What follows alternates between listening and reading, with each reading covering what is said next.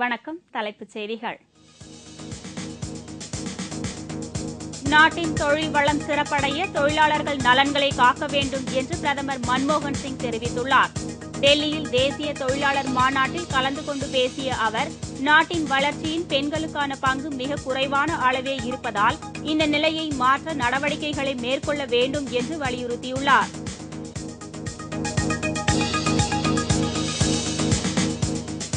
டெல்லியில் நடந்த இஸ்ரேல் தூதரக கார் வெடிகுண்டு சம்பவம் ஒரு பயங்கரவாத தாக்குதல் என்று மத்திய உள்துறை அமைச்சர் ப. சிதம்பரம் தெரிவித்துள்ளார்.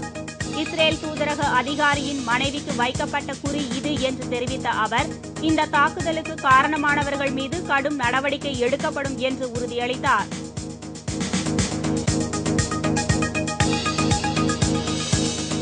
டெல்லியில் நேற்று இஸ்ரேல் தூதரகம் முன்பாக நடந்த கார் வெடிகுண்டு சம்பவத்திற்கு ஈரான் மற்றும் ஹிஸ்புல்லா தீவிரவாத அமைப்பே காரணம் என்று இஸ்ரேலிய பிரதமர் பெஞ்சமின் நேத்தன்யாகு குற்றம் சாட்டியுள்ளார். இதற்கிடையே இஸ்ரேல் தூதரக கார் வெடிகுண்டு சம்பவத்திற்கு தாங்கள் காரணம் இல்லை என்று ஈரான் தரப்பில் தெரிவிக்கப்பட்டுள்ளது.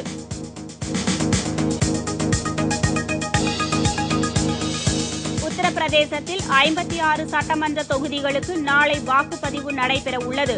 இதனை முன்னிட்டு அங்கு பாதுகாப்பு ஏற்பாடுகள் தீவிரப்படுத்தப்பட்டுள்ளது. இதற்கான ஏற்பாடுகளில் தேர்தல் ஆணையம் தீவிரமாக ஈடுபட்டு வருகிறது.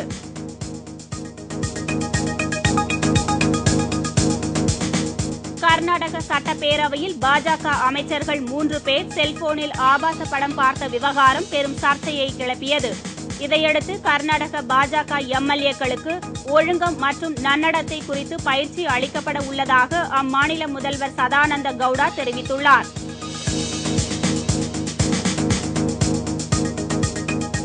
கூகுள் மற்றும் பேஸ்புக் இணையதளங்களில் வெளியிடப்படும் கருத்துக்களை தணிக்கை செய்வது வெளியிடுமாறு அந்நிறுவனங்களுக்கு நீதிமன்றம் உத்தரவிட்டிருந்தது.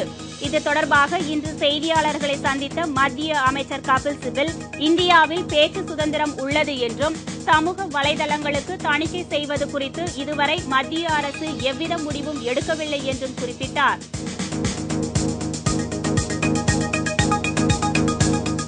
கர்நாடக உயர்கல்வித்துறை அமைச்சரும் மாநில பாஜக மூத்த தலைவருமான V.S. ஆச்சாரியா இன்று காலமானார். பெங்களூருவில் நடைபெற்ற நிகழ்ச்சி ஒன்றில் கலந்து கொண்டு பேசிய அவர் திடீரென மயங்கி கீழே விழுந்தார். இதையடுத்து மருத்துவமனைக்கு கொண்டு செல்லும் வழியில் அவர் பரிதாபமாக உயிரிழந்தார்.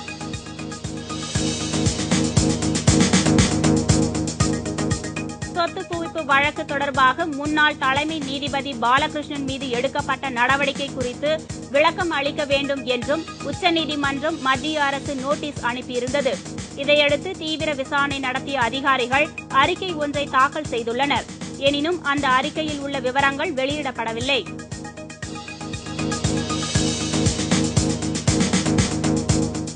உத்தரப்பிரதேச தேர்தலின் போது முஸ்லிம்களுக்கு உள் இடஒதுக்கீடு குறித்து பேசியதால் கடும் சர்ச்சையில் சிக்கிய மத்திய சட்ட அமைச்சர் சல்மான் குர்ஷித் தேர்தல் ஆணையத்தின் விதிமுறைகளை மதிப்பதாக கடிதம் எழுதியதைத் தொடர்ந்து இந்த விவகாரம் முடிவுக்கு வரும் என்று எதிர்பார்க்கப்படுகிறது.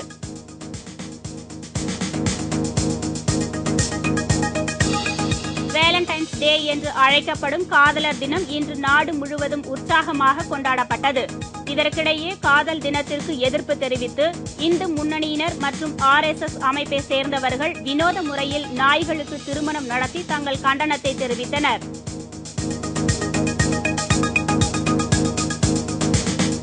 மணல் குவாரி உரிமம் பெற்றுத் தருவதாக கூறி 2 கோடி ரூபாய் மோசடி செய்ததாக சசிகலா உறவினர் ராவணன் மீது மேலும் ஒரு மோசடி வழக்கு பதிவு செய்யப்பட்டுள்ளது. ஏற்கனவே 2 மோசடி வழக்குகளில் ராவணன் கைது செய்யப்பட்டு சிறையில் அடைக்கப்பட்டுள்ளது குறிப்பிடத்தக்கது.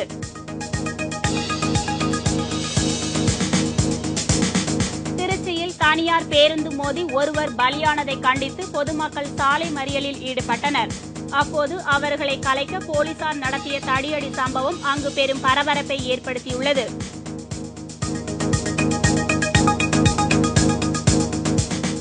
அதிமுக அரசின் அறிவிக்கப்படாத மின்வெட்டால் தமிழக மக்கள் பெரும் சிரமத்திற்கு உள்ளாகியுள்ளனர்.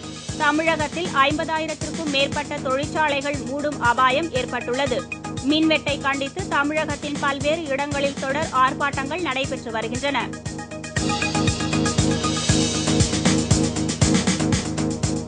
கடலூர் மாவட்டத்தில் இன்று பிற்பகல் திடீர் நில அதிர்வு ஏற்பட்டதாக கருதி பன்ருட்டி, குறிஞ்சிப்பாடி, வடலூர் உள்ளிட்ட பல பகுதிகளில் மக்கள் கடும் அச்சமடைந்தனர்.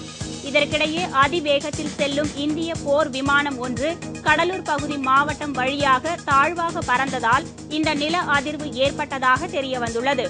எனினும் நில அதிர்வு ஏற்பட்டதாக வதந்தி பரவியதை அடுத்து மாவட்டத்தின் பல பகுதிகளில் பள்ளிகளுக்கு விடுமுறை அளிக்கப்பட்டது.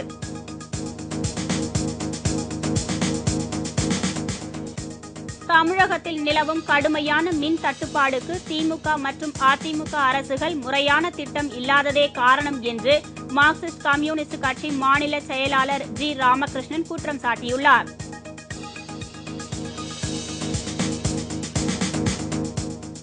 வேலைவாய்ப்பில் தங்களுக்கு உரிய இடஒதுக்கீடு வழங்கக் கோரி முஸ்லிம் அமைப்பினர் தமிழகத்தின் பல்வேறு இடங்களில் இன்று ஆர்ப்பாட்டம் நடத்தினர். சென்னை சைதாப்பேட்டை பனகல் மாளிகை முன்பு நடைபெற்ற ஆர்ப்பாட்டத்தில் 500க்கும் மேற்பட்டோர் கலந்து கொண்டனர்.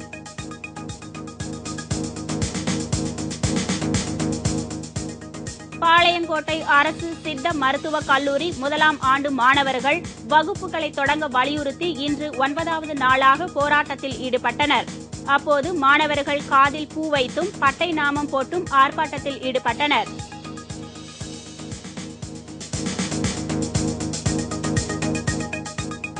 மோசமான பொருளாதார சூழ்நிலை காரணமாக மும்பை, வியன்னா விமான சேவையை மார்ச் 25ஆம் தேதி முதல் நிறுத்த உள்ளதாக ஆஸ்திரியா ஏர்லைன்ஸ் நிறுவனம் தெரிவித்துள்ளது.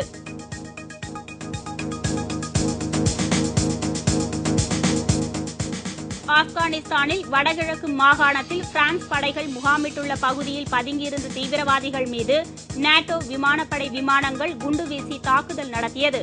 இதில் தீவிரவாதிகளுடன் 8 குழந்தைகளும் பலியானார்கள்.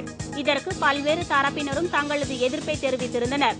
இதுகுறித்து விசாரணை நடத்த ஆப்கானிஸ்தான் அதிபர் கமீத் கர்சாய் உத்தரவிட்டுள்ளார்.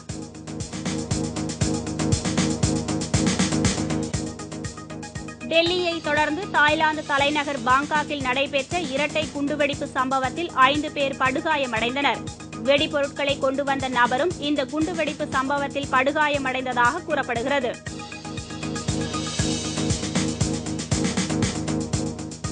முத்தரப்பு தொடருக்கான ஆஸ்திரேலிய கிரிக்கெட் அணியின் கேப்டனாக ரிக்கி பாண்டிங் மீண்டும் நியமிக்கப்பட்டுள்ளார். கடந்த ஞாயிற்றுக்கிழமை நடைபெற்ற இந்தியாவுக்கு எதிரான போட்டியில் captain Michael Clarke, David Hussey ஆகியோர் காயமடைந்தனர். இதனால் கேப்டனாக ரிக்கி பாண்டிங்கும் துணை கேப்டனாக டேவிட் வார்னரும் நியமிக்கப்பட்டுள்ளனர்.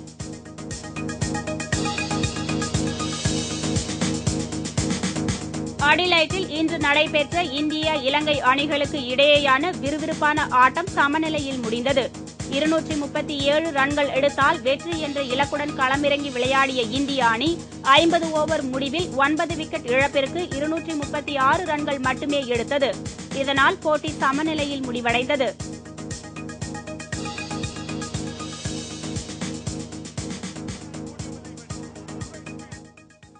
இத்துடன் தலைப்புச் செய்திகள் நிறைவடைகின்றன. விரிவான செய்திகள் இரவு 8 மணிக்கு.